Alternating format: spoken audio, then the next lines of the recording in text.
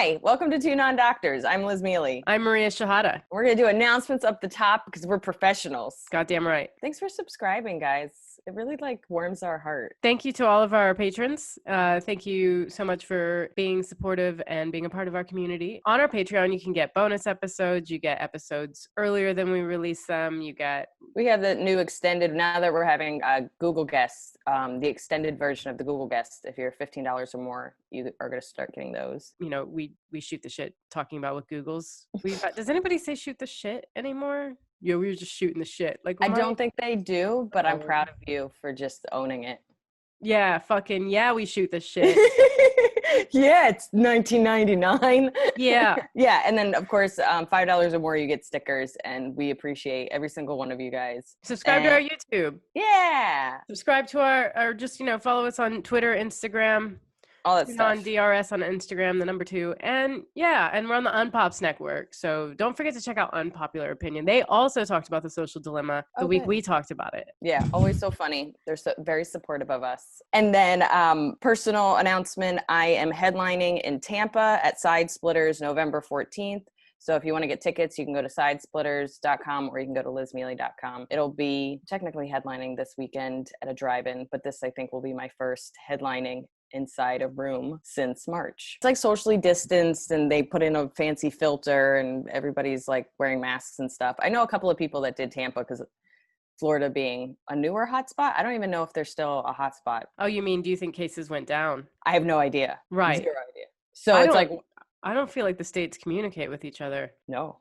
I don't think anyone knows about the other states. It's just what you're going through. Yeah, because New York's doing well. So there's no, not from what I read. In what way? It's going up. I did not hear. Nobody's. And so they're starting to fine $50 or something if you're not wearing your mask.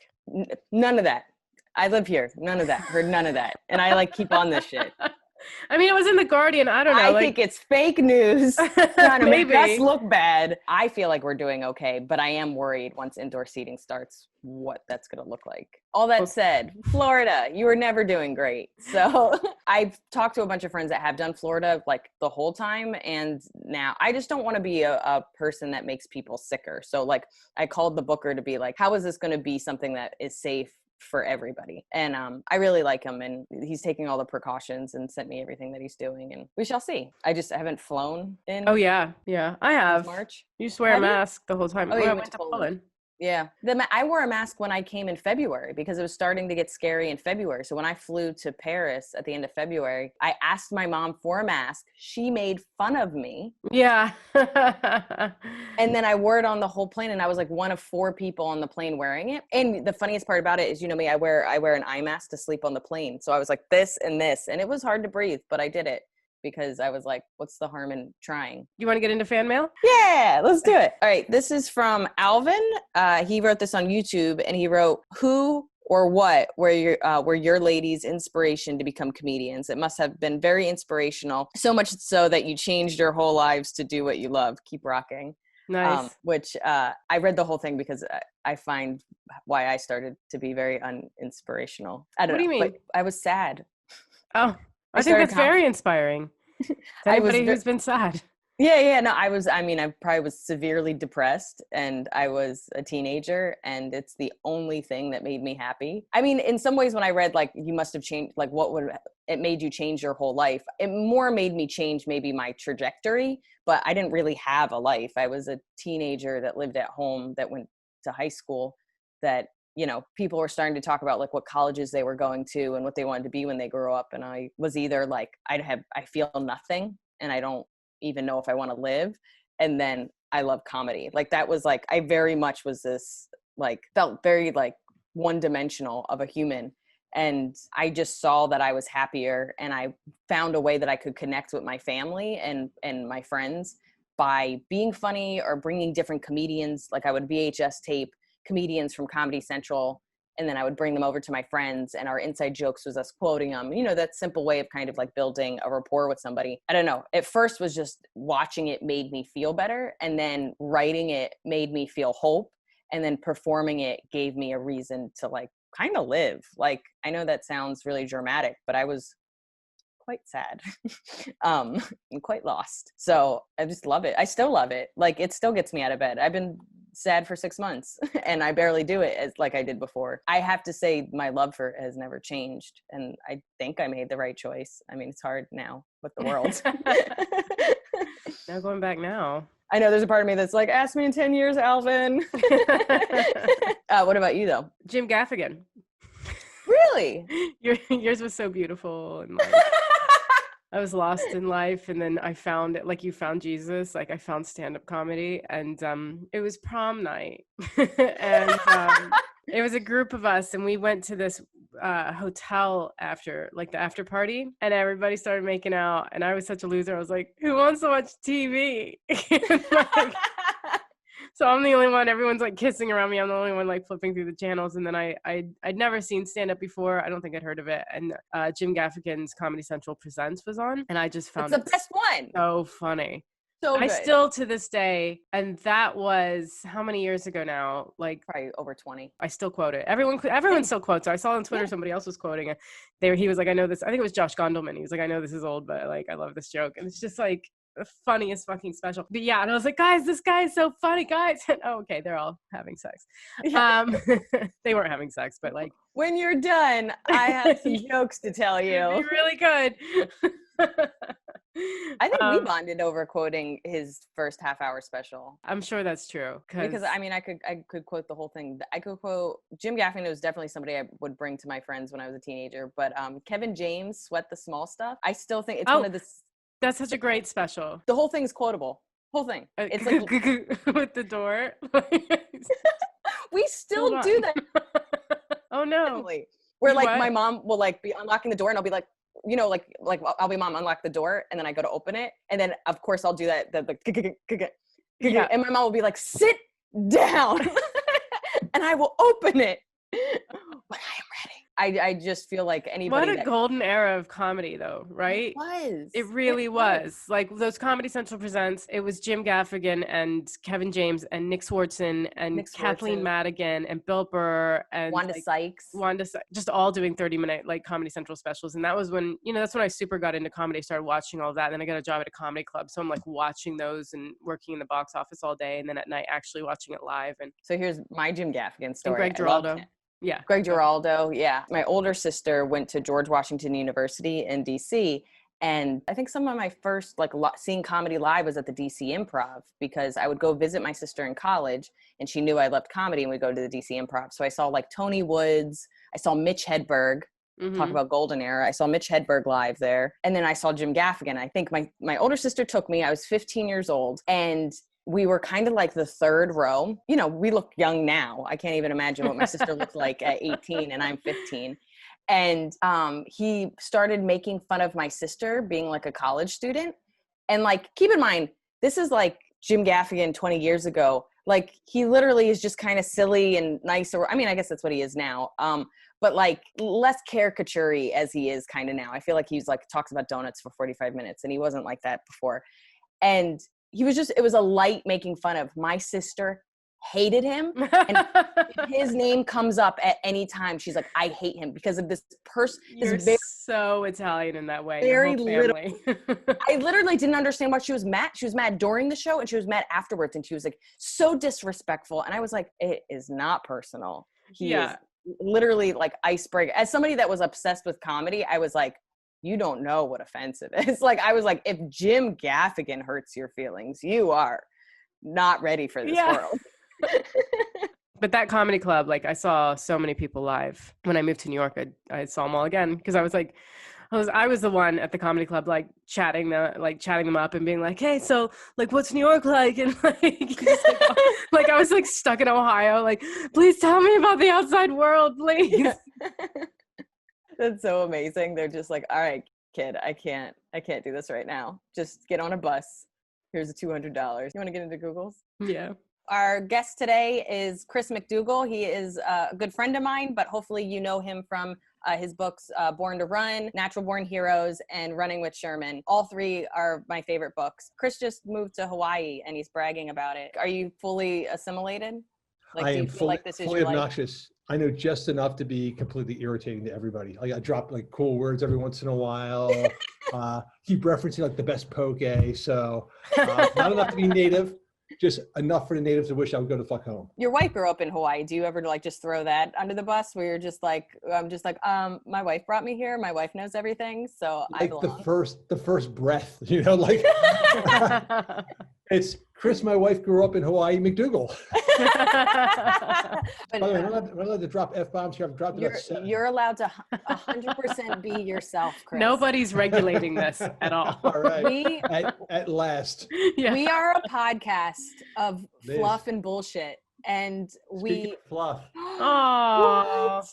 Are we doing how many this, cats Chris? on this episode?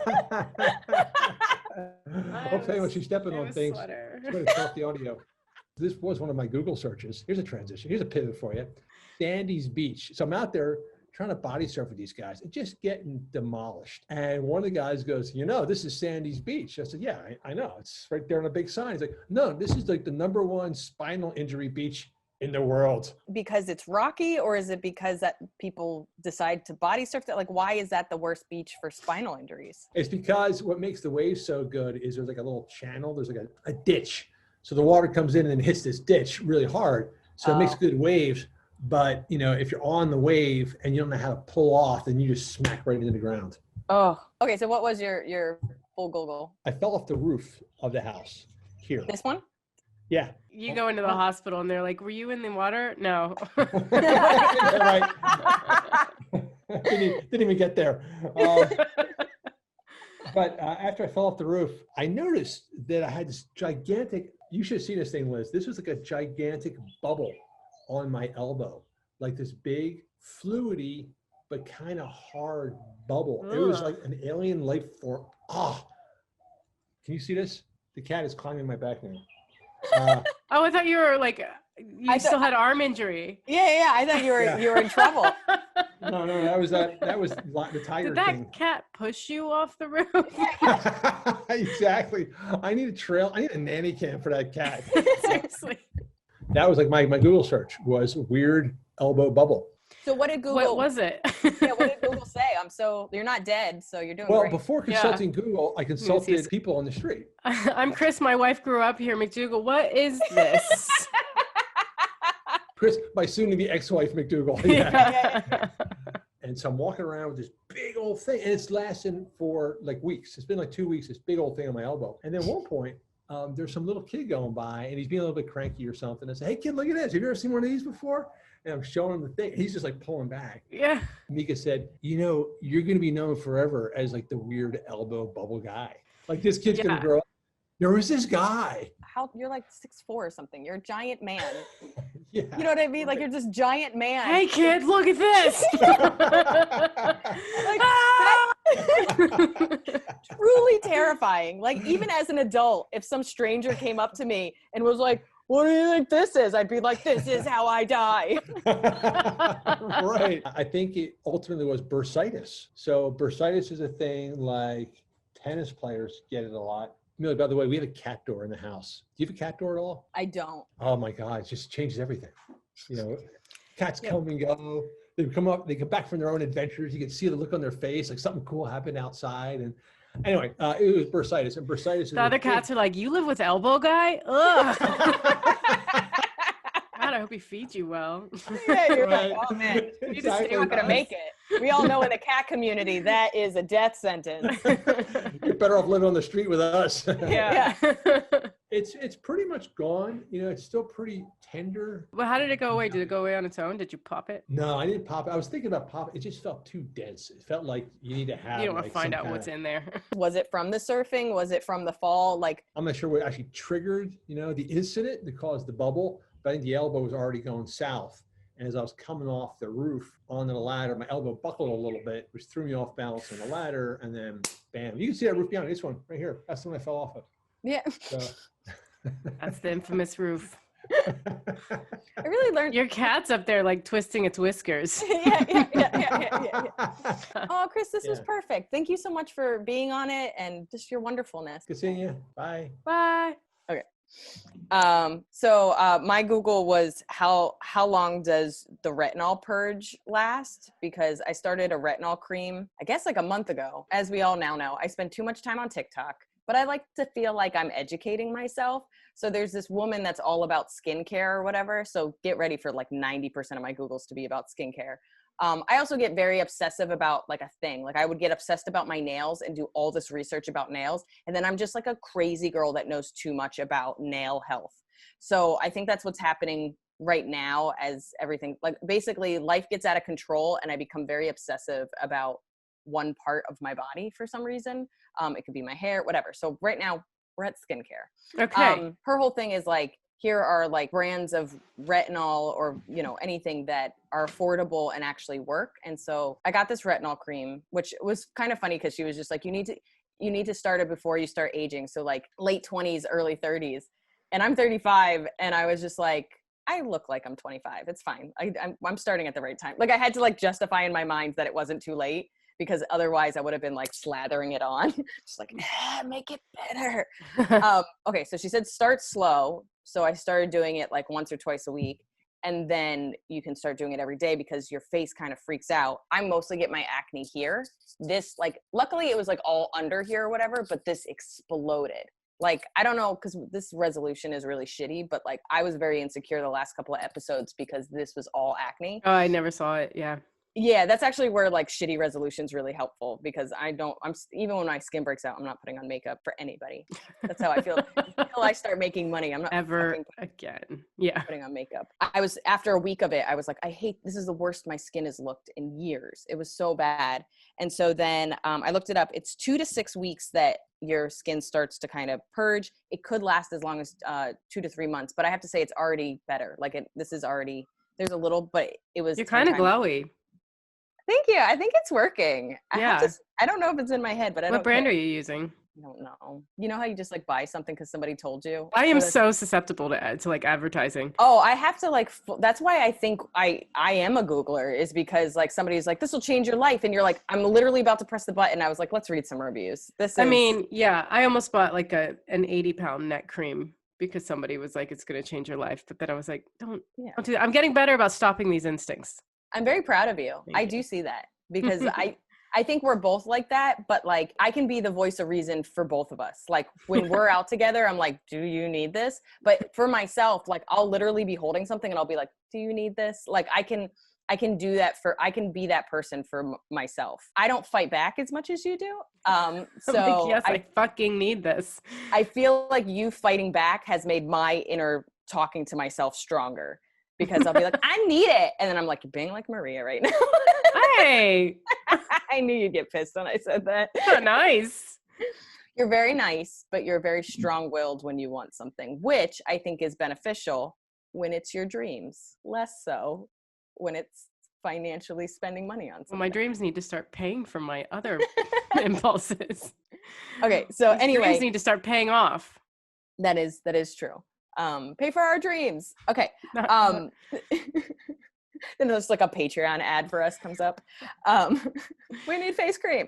Okay. So basically, if you don't know, purging is basically, so they say that like, because of retinol, it's the whole reason that it's supposed to be good for like youthfulness, is that the cell turnover increases, which what happens is your pores start to purge, and just kind of think of it like your pipes are kind of cleaning out. So it's just like, get all this craziness out. So that can range from like minor pimples to major breakouts, skin dryness, flaking, peeling, and redness. I have to say it was only acne that happened, and it was only like kind of in this one place. And after about 3 weeks, I feel like I'm already better. And you're supposed to start really slow because your skin is like, I don't like this at first. So I did it twice a week for I think 3 weeks, and now I'm doing it every night. And I feel like I'm beautiful. I feel like it's you are honestly, your skin is glowing. I did notice that. The cream that I bought for $40. Every time I use retinol creams, I mean I flake. I don't break out as much as I just like my nose always flakes. I like the burn. There's a little burn. I don't like that.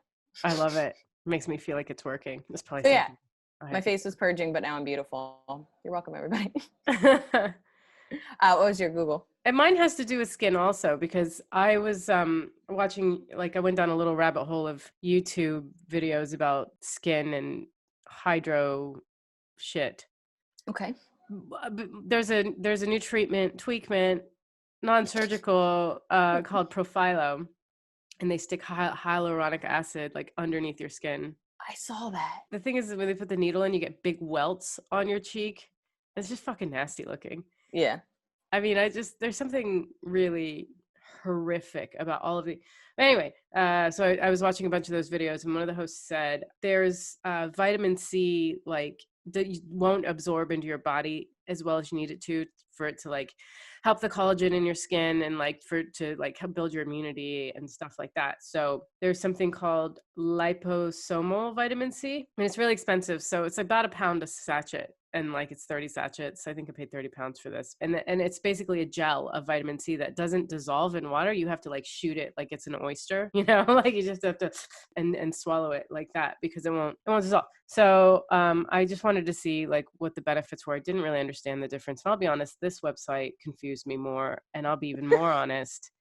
I didn't leave myself enough time to find something else. So it says vitamin C makes a huge difference in the amount your body is able to absorb. However, how you consume vitamin C makes a huge difference in the amount of body is able to absorb and use. A feature all supplements called bioavailability. So how much your body's actually absorbing vitamin C is the bioavailability. Adding supplemental vitamin C in the form of ascorbic acid, the equivalent form of vitamin C found naturally in foods, will increase blood levels further, but natural absorption of vitamin C above the intake of about 200 milligrams decreases sharply with increasing doses by as much as 50%. So your body just stops absorbing them, which I've always known. Like you can't have too many vitamin C because they're really good, the vitamin C ones, because you just piss it out, right? That's what I've always heard is that once your body kind of, think of it like as a cup, and then if you put too much in it, just overflows. You can't like overdose on vitamin C. Yeah. So your body just stops absorbing as much. I like the analogy, but I'm not sure it works like with what's actually happening. Yeah, no, I don't think it's scientifically accurate. Like any of this. How you choose to view it.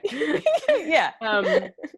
I start like setting up like a whole thing. Like I'm just like, this is your body. It's a cup. Let me show you vitamin C. Oh, look. I just realized how long this article is. I'm sorry. In summary, here we go. This is how I do school. Just kidding. Let's just get to the point. Liposomal vitamin C is a revolutionary approach to introducing vitamin C into your system. Liposomes are used as a phospholipid bilayer formed around water, and in this case, vitamin C. The outer casing protects the nutrient inside from damage that might otherwise occur during digestion, so that you actually take it in. And anyway, it's supposed to help with your skin and collagen and being hydrated.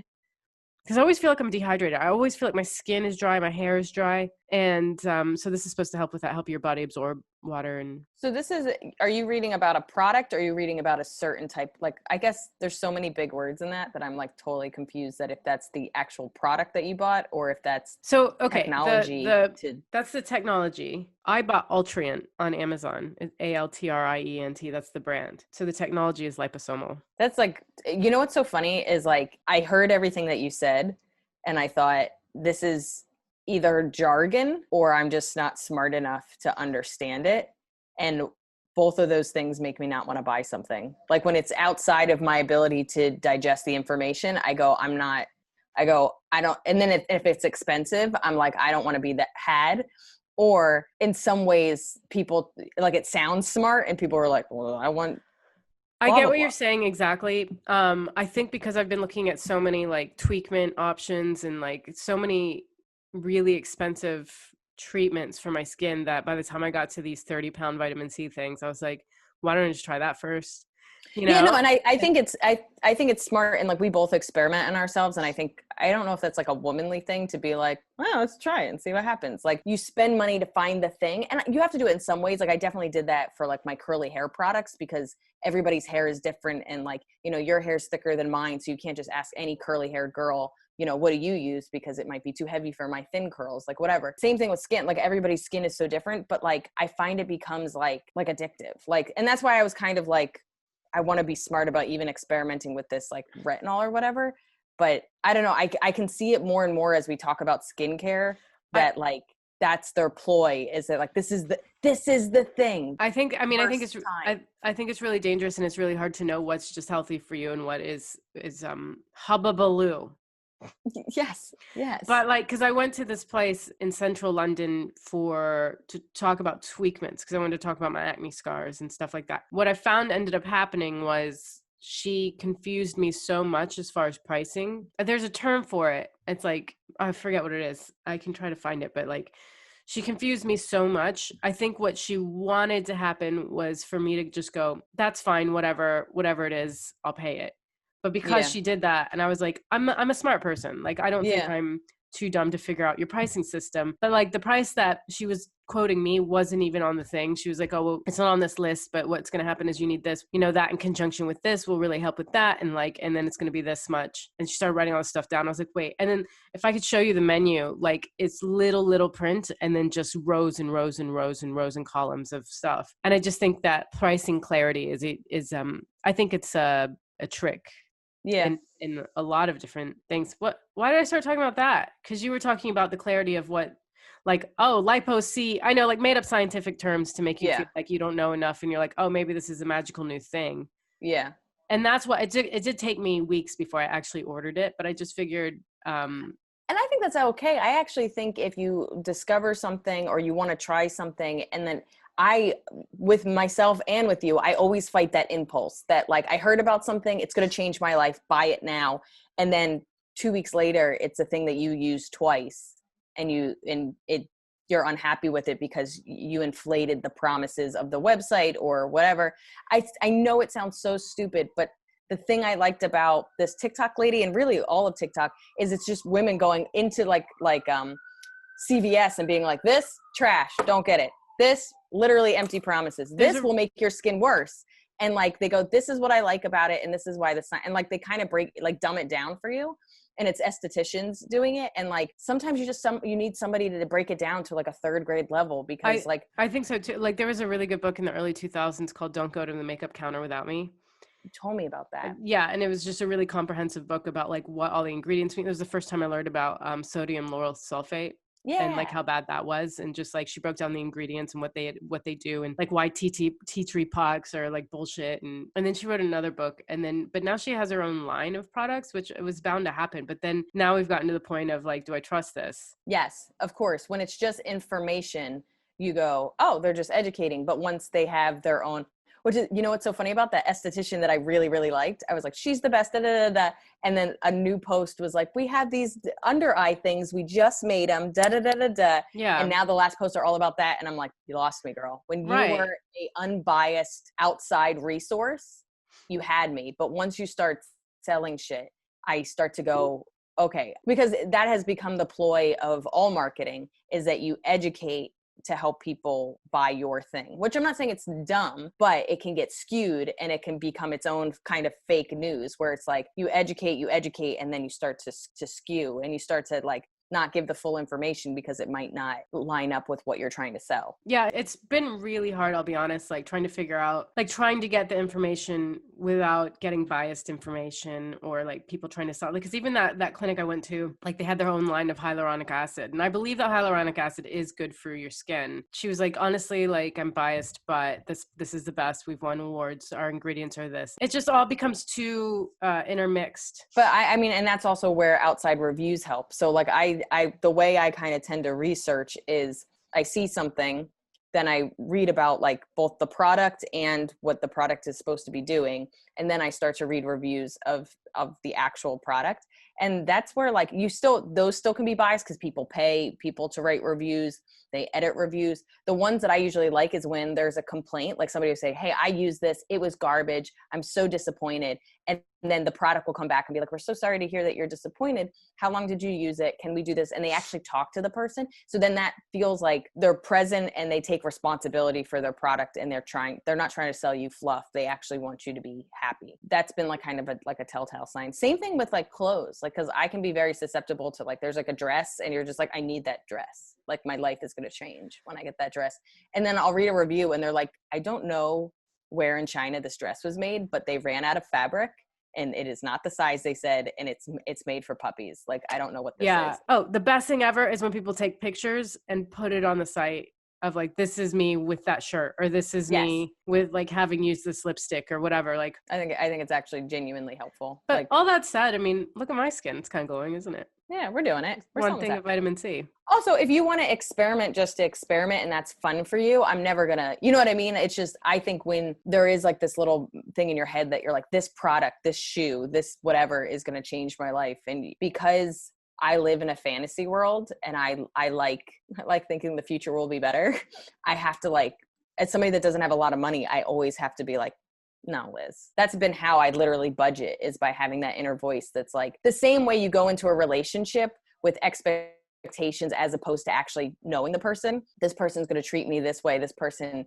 is good like this. And you're like, you've known them for 2 hours. How do you know all this information about them? That's just fantasy. That's just expectations. I think we do the same thing with products.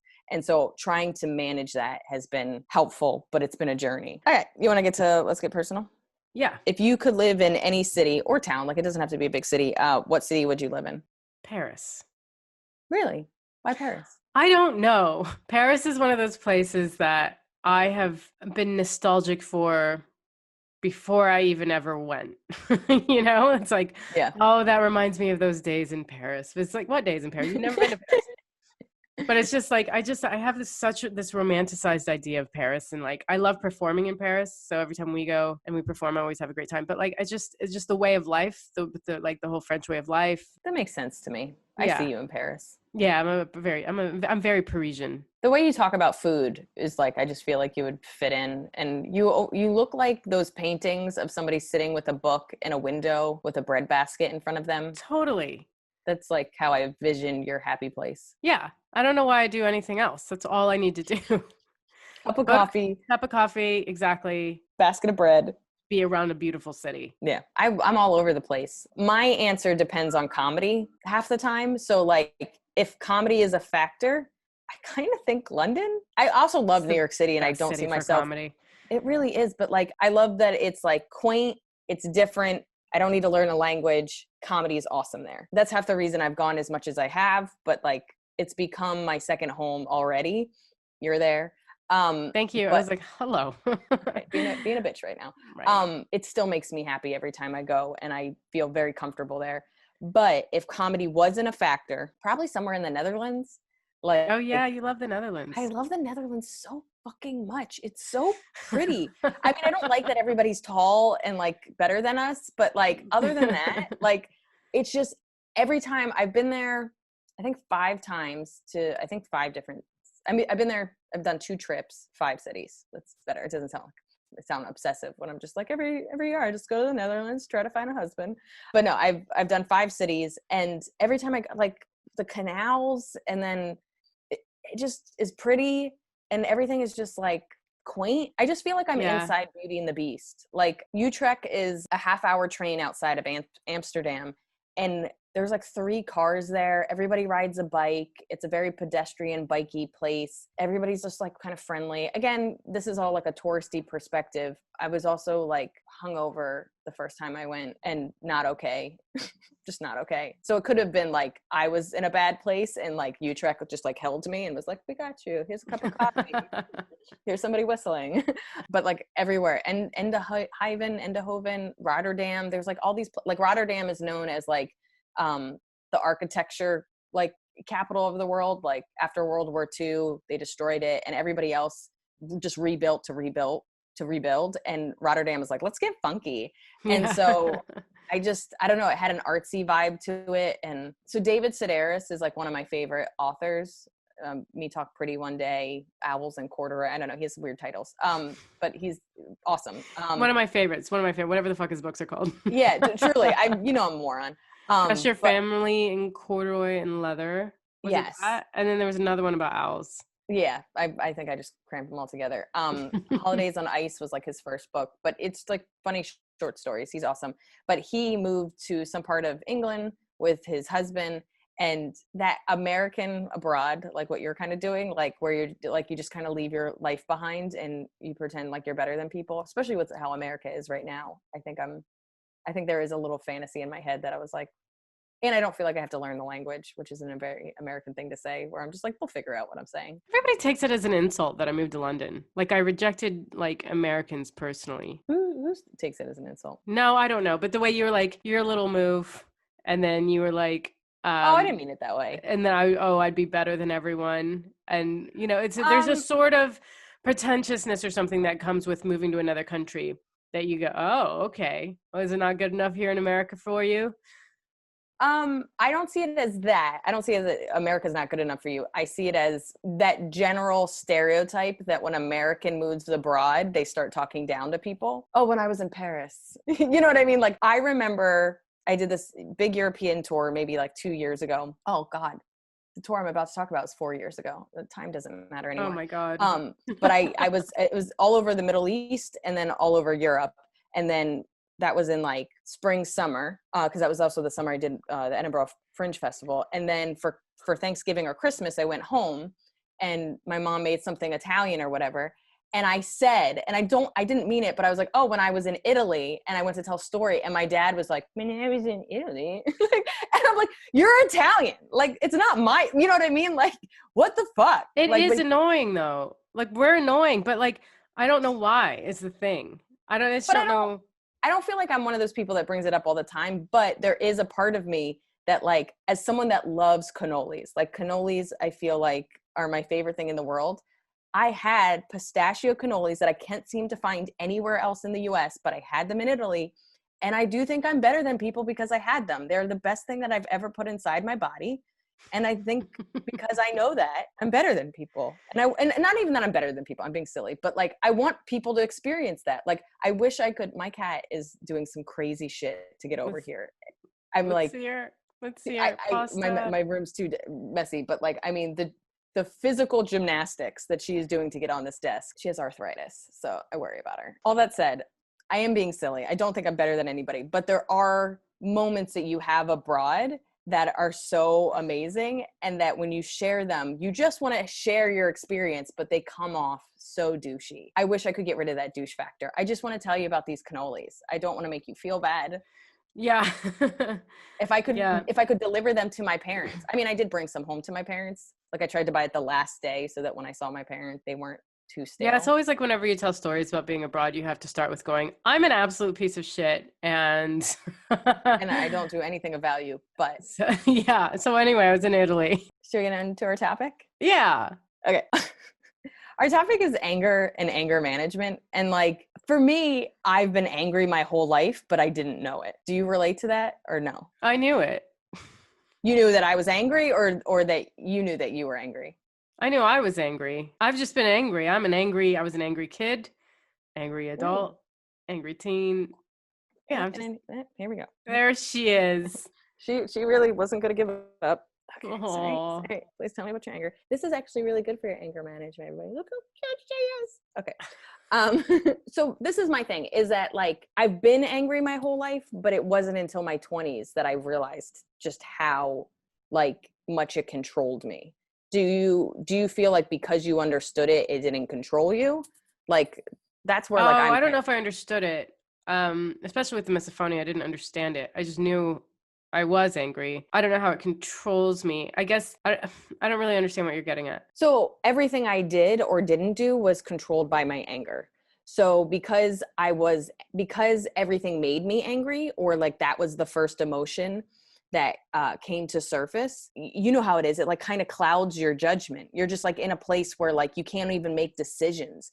And then I get emotional. Like I get so angry and I don't know how to express it in a non-detrimental way to either myself or to the person I might be angry about or the situation I might be angry about, that I process it as tears. Like, I mean, I remember this was maybe like 2 years ago. I was so mad at Justin. I was so mad at him and I couldn't express it. And I was at a place where I was going to say something shitty. So he lives in a studio. So I went into the bathroom and I took a shower. I was like, this is what we're going to do. I don't know how to fix this. So I took a shower and then I was still angry after my shower. So then I decided to blow dry my hair because that's like an extra 10 minutes. So I'm blow drying my hair. I've like truly like been in this bathroom for like almost an hour at this point. and Justin knocks on the door, and I was like, what, do you have to pee? Like, I was like, what? Like, I almost wanted to be like, pee in the sink. And he's like, I do have to pee. But I'm also worried. And so I open the door and I go to try to say something, and I just start crying, like just crying. And he was like, what's wrong? And I just go, I am so mad at you. I cannot speak. I am so mad at you. And I'm hysterically crying like somebody stole all my money. I don't know why I do that. Like, I don't know if it's a coping mechanism in the sense that instead of throwing stuff or yelling or cursing at people, because I don't want to be that person, I like push it down and it like reconfigures and comes out as tears. But Yeah. you know what I mean? Recalculating, and then it's just like, here you go. Like my brain is like, go fuck yourself. And it's like, no, we can't do that. I'll fucking kill your family. No, we can't do that. I want to say those things. But I've gotten somewhat better, but I can now look at my past and be like, most of the time I was crying, I was filled with rage. Yeah, I've been so angry I've cried. And it pisses me off, like, because you look like you're being weak. Yes. But it's like, this isn't weak. I'm doing you a favor by not exploring the other outlet of the anger. Yeah. But it looks weak. It just looks like, oh, don't hurt me. Ugh. It feels like there's like a valve, and like if it comes out this way, you're gonna punch somebody, and if it comes out this way, it's gonna be tears. And I always plug the hurt somebody side. So it's always that's like, for the best. Yeah. Yeah. Because you go to jail for that side.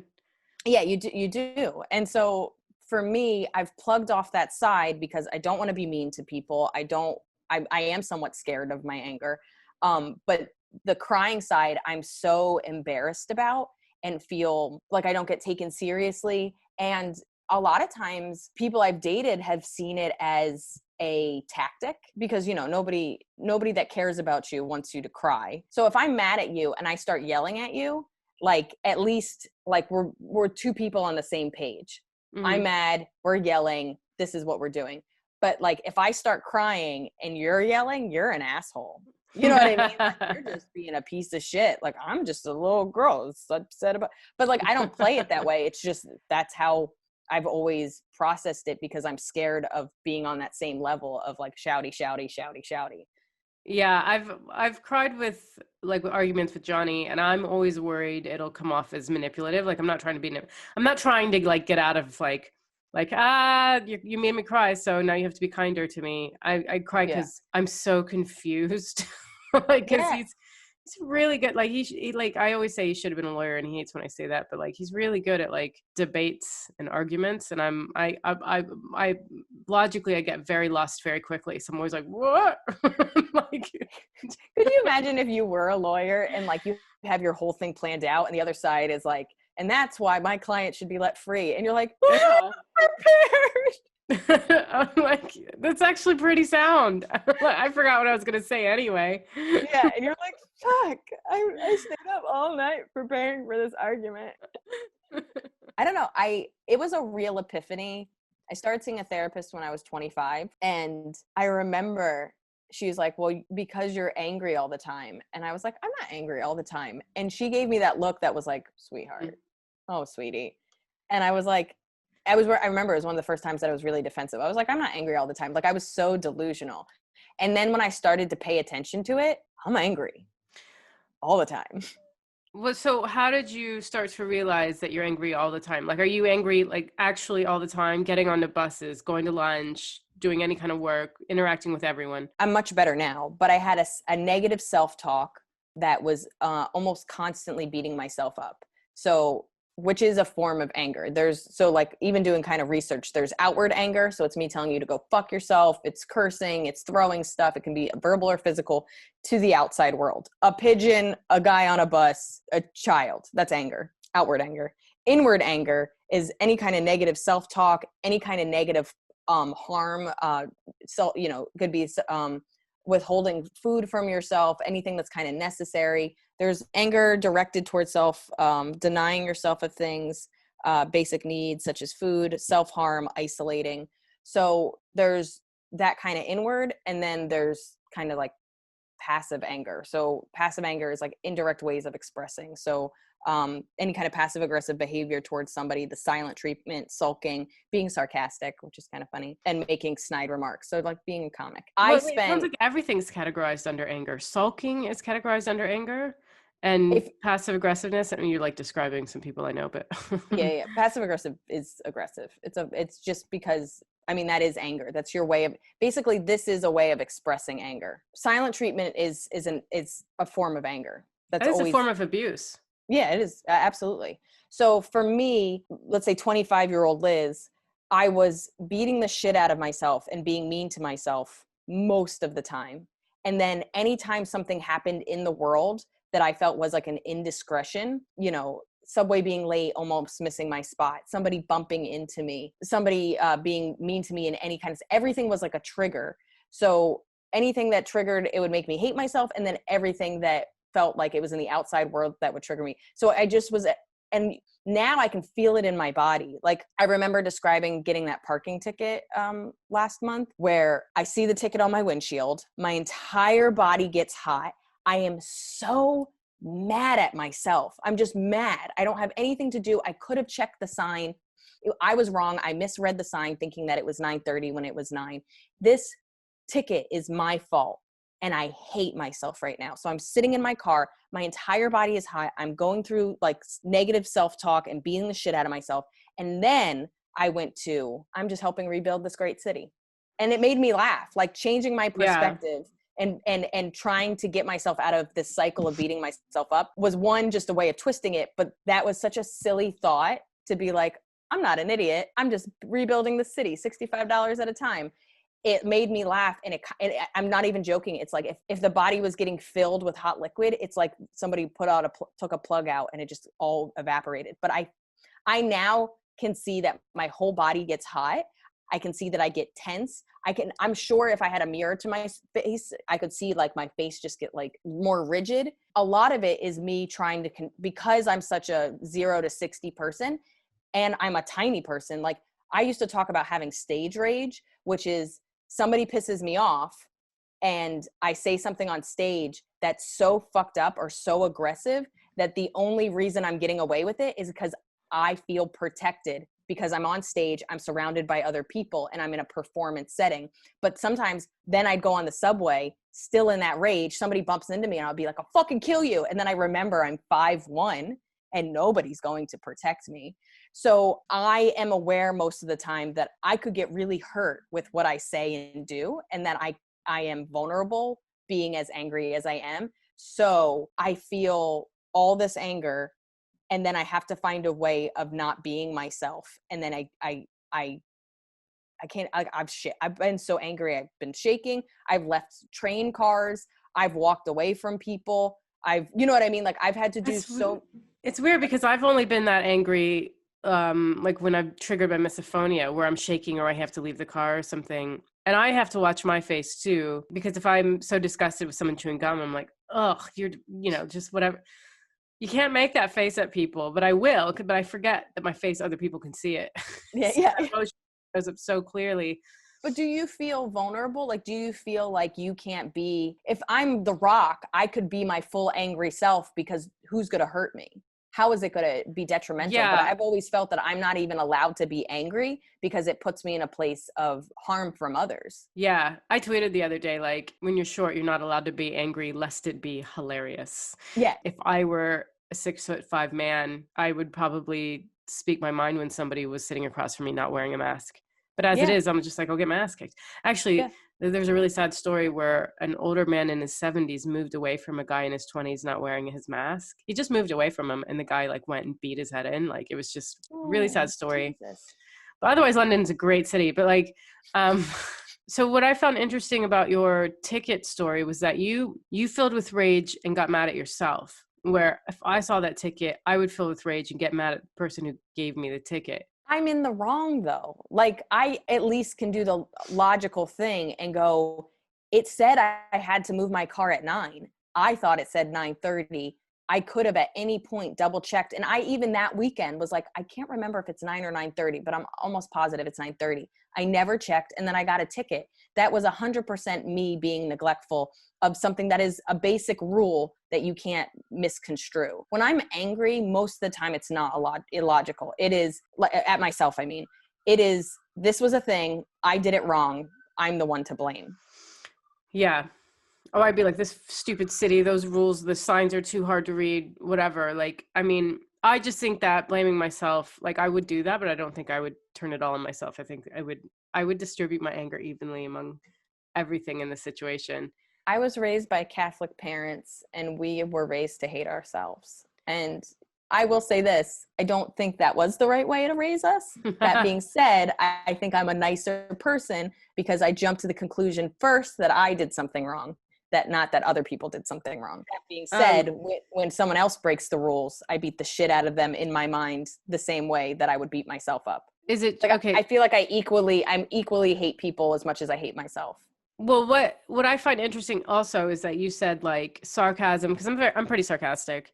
Yeah. That's a form of anger. I remember being at a restaurant with someone, and this was years ago. It was like 15 years ago. And the waitress, like, I didn't like my food or something, and the waitress was like, "Oh, how is everything?" I was like, "Actually, it's not that great." But like, I didn't want her to correct it. I just wanted to tell her I hated it. Because she's like, "Oh, can I get you something else?" And I was like, "No, it's fine." And she's like, "Okay, well, is there anything I can do?" I was like, "No, I'm fine." And so he was like, "Why did you do that? Like, if you didn't want her to fix it, why did we just want her to feel bad?" And I was like, "Yeah, that's true. Why did I do that?" I don't even know why I'm telling this story. I just remember that was the last time I complained without having a call to action. I actually think that's one of the healthiest ways to kind of process that. Like, if you are going to be angry at somebody, understanding even just why you're angry. Like, I think a lot of what people connect in my comedy, I mean, is that I take the time, maybe not in the moment, but post moment, to go, why did I feel this way? And why did I behave this way? And then both in processing it in a comedic sense, and then even just like on my own, I have prepared myself better for other situations like that. So, you complain to this waitress that your food wasn't good.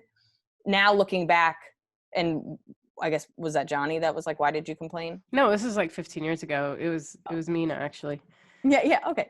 So Mina's like, "Why would you do that?" You start to look at your actions and you go, "Oh, I just wanted," it's not even the chef. It's just you're angry that you paid money for something that you don't like, which is just what life is. Like, we were even talking about it with products. You think this product's going to change your life. It does nothing. It was a complete waste of money and your time.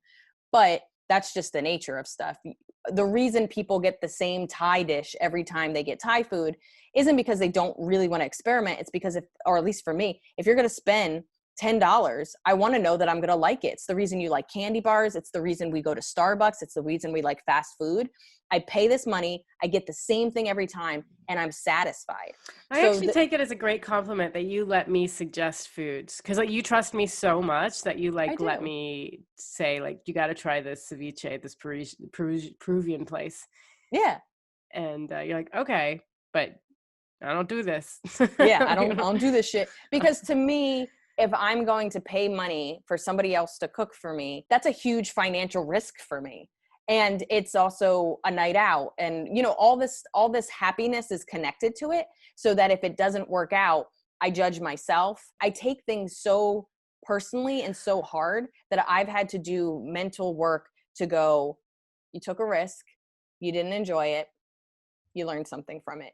And I've had to work with that, because I think what happens is you go out to eat, it's unsatisfactory, you paid money, you feel slighted, and somebody has to pay for this. I think what I'm asking is, like, when there's no resolve, like when there's no point in saying anything because there's nothing that can be done, what's the point of then complaining? Do you know what I mean?